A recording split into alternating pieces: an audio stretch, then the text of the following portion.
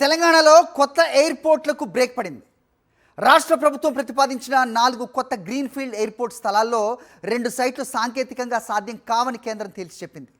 రాజ్యసభలో BRS MP Vaddiraju Ravichandra అడిగిన ప్రశ్నకు కేంద్ర పౌర విమానయాన శాఖ సహాయ మంత్రి మురళీధర్ లిఖితపూర్వక సమాధానం ఇచ్చారు.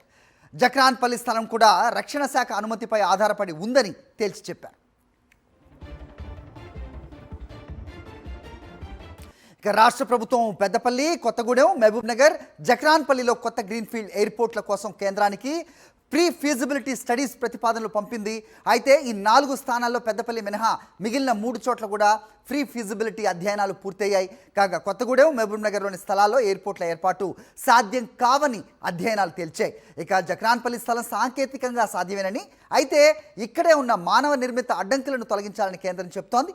రక్షణ శాఖ నుంచి నిరభ్యంతర పత్రం పొందాల్సి ఉంటుందని, అంటే నో అబ్జెక్షన్ సర్టిఫికేట్ పొందాలని చెప్పింది.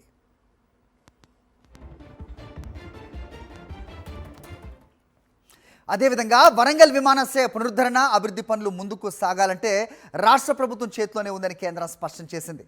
ఎయిర్పోర్ట్ అథారిటీ ఆఫ్ ఇండియాకు 253 ఎకరాల భూమిని అదనంగా అప్పగిస్తేనే తదుపరి అభివృద్ధి సాధ్యమని తేల్చి చెప్పింది.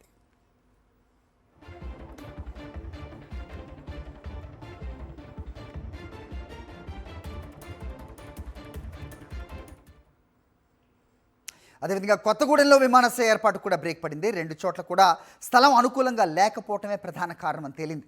ఇదే అంశంపై మరింత సమాచారం మా ప్రతినిధి మహేందర్ అందిస్తారు. కొత్తగూడెంలో ఎయిర్పోర్టు ఏర్పాటుకు బ్రేక్ పడింది. రాష్ట్రంలో ప్రతిపాదించిన 6 విమానాశ్రయాల సంబంధించి ఏర్పాటులో కొత్తగూడెం సంబంధించి ఒకటని చెప్పుకోవాలి. కొత్తగూడెం నియోజకవర్గంలో మొదట ఆ పాల్వంచ సంబంధించిన పరిసర ప్రాంతాల్లో స్థలాన్ని గుర్తించడం జరిగింది. ఆ స్థలం అనుకూలంగా లేదని కూడా ఒక రిపోర్టు సంబంధించి ఇచ్చారు.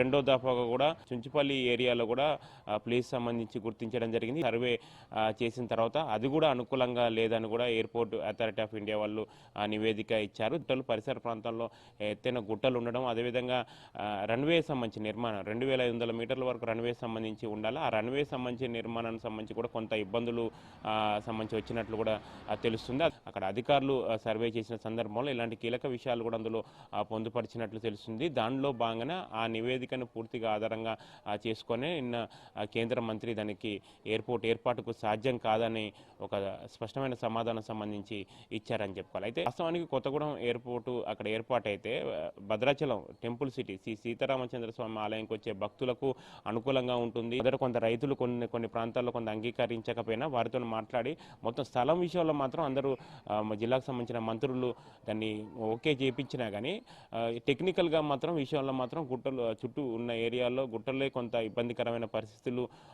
ఎయిర్పోర్టు ఏర్పాటుకు అడ్డంకిగా మారాయన్నది మాత్రం ఎయిర్పోర్ట్ అథారిటీ ఆఫ్ ఇండియా అధికారులు సంబంధించి చేసిన సర్వేలో ఇందులో కొన్ని విషయాలు చెప్పినట్లు సంబంధించి తెలుస్తుంది. ఎయిర్పోర్ట్ ఏర్పాటు అయితే ఇంకా అభివృద్ధి చుట్టుపక్కల ఉన్న ప్రాంతాలకు సంబంధించి కూడా ఎక్కువ అభివృద్ధి చెందుతుంది. కొత్తగూడెంతో పాటుగా ఖమ్మం అభివృద్ధి చెందుతుందని అందరూ ఊహించారు. కానీ ప్రస్తుతం కేంద్ర మంత్రి ఇచ్చిన సమాధానంతో కూడా అంతా నిరాశ చెందారు. మళ్ళీ టెక్నికల్గా మరి వేరే స్థలాన్ని గుర్తించి మళ్ళీ ఎయిర్పోర్ట్ అథారిటీ ఆఫ్ ఇండియా వాళ్ళకి పంపిస్తారా లేదా అన్నది మాత్రం చూడాలి. కెమెరా పర్సన్ సతీష్తో సాక్షి టీవీ, కొత్తగూడెం.